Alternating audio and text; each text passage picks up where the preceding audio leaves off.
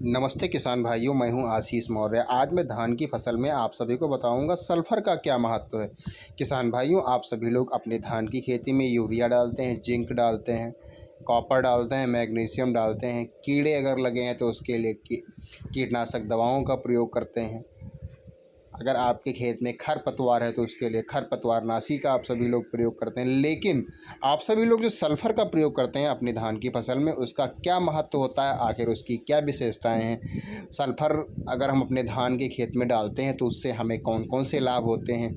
Sulphur से हमें हमारी जो खेत की मिट्टी है उसको क्या प्रभाव पड़ता है उस पर, उससे हमें कौन से सूक्ष्म पोषक तत्वों को हमारी लगी हुई धान की फसल को प्राप्त होता है, और भी अन्य चीज़ें हैं जिसको लेकर मैं इस वीडियो में बहुत ही महत्वपूर्ण जानकारी आप सभी को दूंगा। आप सभी लोग अगर मेरे यूट्यूब चैनल को अभी तक सब्सक्राइब नहीं किए हैं तो कृपया सब्सक्राइब कर लें, बेल आइकन का बटन ज़रूर प्रेस कर लें ताकि जो भी मैं नेक्स्ट टाइम वीडियो डालूं उसकी नोटिफिकेशन आप सभी तक पहुंच सके, और मेरे द्वारा जो अच्छी जानकारियां आप सभी को दी जा रही हैं उसकी जानकारी आप सभी को मिल सके, उसका नोटिफिकेशन आप सभी के स्क्रीन पे मोबाइल की पहुंच सके। किसान भाइयों, आप सभी लोगों को जैसा कि मैंने पूर्व में भी बताया, सल्फ़र के बारे में आप सभी को बताऊंगा। धान में सल्फ़र का मुख्य रोल क्या होता है।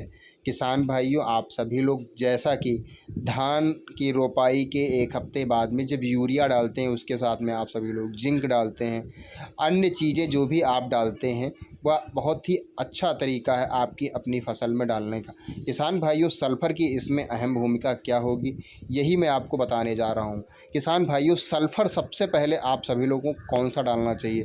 किसान भाइयों, आप सभी को अच्छी कंपनी का सल्फ़र लेना है। WDG पाउडर फॉर्म में जो सल्फ़र होता है, सल्फ़र दो तरीके के होते हैं किसान भाइयों। सल्फ़र एक तो WDG 80% पाउडर फॉर्म में होता है, बहुत ही बेस्ट सल्फ़र होता है।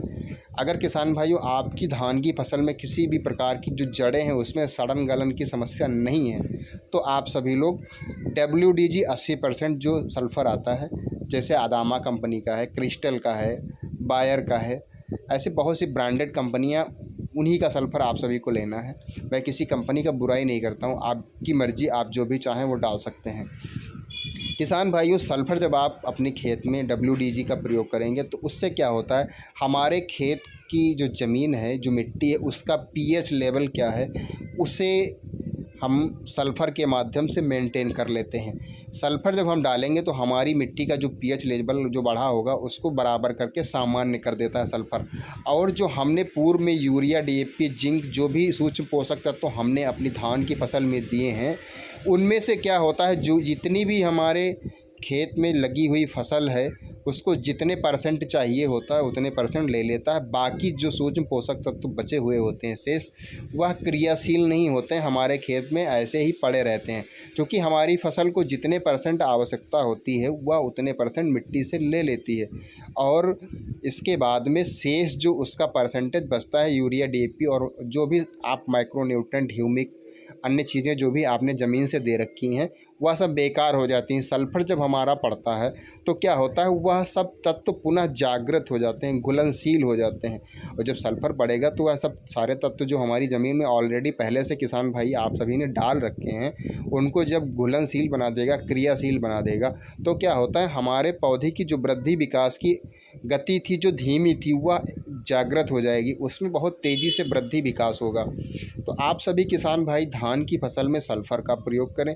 एक तो मैंने बता दिया WDG सल्फ़र के बारे में। किसान भाइयों, एक बात और आप सभी को ध्यान रखना, सल्फ़र का प्रयोग जब हम धान में अपनी करते हैं तो क्लोरोफिल की मात्रा जो होती है वह बढ़ा देता है सल्फ़र। इससे क्या होता है, पौधे में जो पीलापन होता है, या बहुत से किसान भाइयों के पौधे हरे होते हैं लेकिन जितने ज़बरदस्त उसमें हरापन चाहिए उतना नहीं हो पाता है, तो जब सल्फ़र का आप प्रयोग करेंगे तो क्लोरोफिल की मात्रा जो होती है वह बढ़ा देता है। इससे हमारी धान की फसल जो है बहुत अच्छी तरीके से हरी भरी हो जाती है। किसान भाइयों, आप सभी लोग WDG सल्फ़र पाउडर फॉर्म का यूरिया के साथ में भी प्रयोग कर सकते हैं। अगर आपने यूरिया ऑलरेडी डाल रखी है तो आप बालू में मिला करके भी इसका प्रयोग कर सकते हैं अपनी धान की फसल में। किसान भाइयों, सल्फ़र को आप तभी डालें जब आपके खेत में नमी पर्याप्त हो।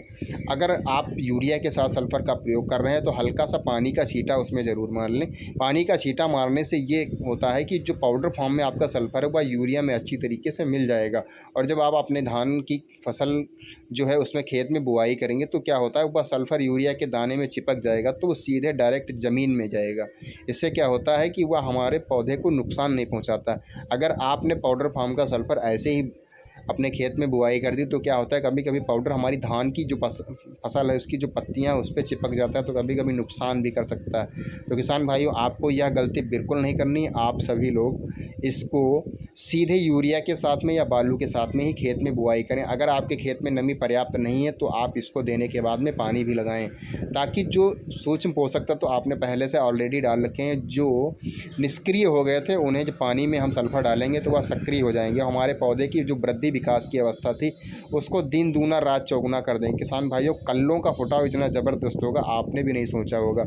अगर आपने सल्फ़र डालने से पहले अगर आपके पौधे में 25 से 30 कल्ले रहे होंगे तो सल्फ़र डालने के बाद में आपके 1 हफ्ते के बाद में 2 गुना यानी कि 35 से 40 और 50 कल्ले भी हो सकते हैं, अगर आपने अच्छी तरीके से अपने धान के खेत में नमी दे रखी है तो। अब मैं बात करूंगा धान की फसल में दूसरा सल्फ़र आता है उसकी क्या उपयोगिता होती है। किसान भाइयों, आप सभी लोगों ने धान की रोपाई की है, अगर उनकी जड़ों में किसी प्रकार की कोई सड़न गलन है या आपके जो पौधे होते हैं धान के, उनमें क्या होता है, कुछ पौधे पूरे खेत में तो नहीं मैं कह सकता हूँ, कुछ पौधों में रोग लग जाता है, पीलापन आ जाता है और वह पौधा धीरे धीरे सूखने लगता है। तो ऐसी कंडीशन अगर आपके खेत में है तो उसके लिए आप सभी को लेना क्या, टेबुकोनाजोल प्लस सल्फ़र। जी हाँ, टेबुकोनाजोल प्लस सल्फ़र, ये आप स्वाधीन सल्फ़र के नाम से ज़्यादा जाना जाता है। आप सभी लोग अगर चाहें तो स्वाधीन सल्फ़र का भी स्प्रे कर सकते हैं, या आप फार्मूला याद कर लीजिए, टेबो प्लस सल्फ़र। जी हाँ, अगर इसका आप सभी लोग उपयोग अपने धान की फसल में करेंगे तो जो मैंने WDG सल्फ़र बताया था सेम वही काम करेगा, और इसमें एक और काम बढ़ जाता है जो अपनी फसल में वह अच्छा कर देता है। जो हमारे पौधे की जड़ें होती हैं जो सूखने लगती हैं, या पौधे की जो जड़ें होती हैं वह एकदम गुच्छे के आकार की हो जाती हैं, एकदम से सिकुड़ जाती हैं और वह अच्छी तरीके से ग्रोथ नहीं कर पाती, और जो पीलापन और पत्तियाँ सूखने लगती हैं, इन सारी समस्याओं से टेबुकोनाजोल प्लस सल्फ़र जो होता है वह हमारी फसल को निजात दिला देता है। इससे क्या होता है, हमारी जब फसल पूर्ण रूप से स्वस्थ होती है, और WDG और टेबो सल्फ़र जो होता है स्वाधीन, इन दोनों में से कोई भी आप सल्फ़र डालेंगे तो निश्चित तौर पे आपकी जो धान की फसल है उसमें जो बालियां आती हैं, वह बालियों में जो धान जो चावल बनता है, दाना बनता है, वह बहुत ही अच्छा और चमकीला होगा। जो बाली हमारे धान में आती है पौधे में, वह बहुत ही अच्छी और बहुत ही हष्ट पुष्ट बाली होगी। उसमें किसी भी प्रकार की ना तो कोई कीड़े की समस्या होगी। कभी कभी क्या होता है, जो बाली आती है धान में निकलती है, उसमें एक समस्या आ जाती है कि आधे जो दाने होते हैं वह भरपूर मात्रा में बन जाते हैं और आधे दाने जो हमारे होते हैं वह बेकार हो जाते हैं। तो जब आप सल्फ़र का यूज करेंगे तो उसमें जो दाना निकलता है वह भी चमकीला निकलेगा, और जितनी बालियां आएंगी उतनी सेम बालियों में उतने दाने एकदम भरपूर मात्रा में, प्रचुर मात्रा में वह मजबूत होंगे। इससे क्या होता है किसान भाइयों, जो आप धान की मड़ाई करने के बाद में जब हवा में धान को आप साफ करते हैं तो उसमें क्या होता है, मोटा अनाज आप एक तरफ कर लेते हैं, जिस अनाज में कुछ नहीं होता है वो हवा में ऑटोमेटिक उड़ जाता है। तो ये जो कंडीशन होती है इसमें उत्पादन की संख्या घटा देता है।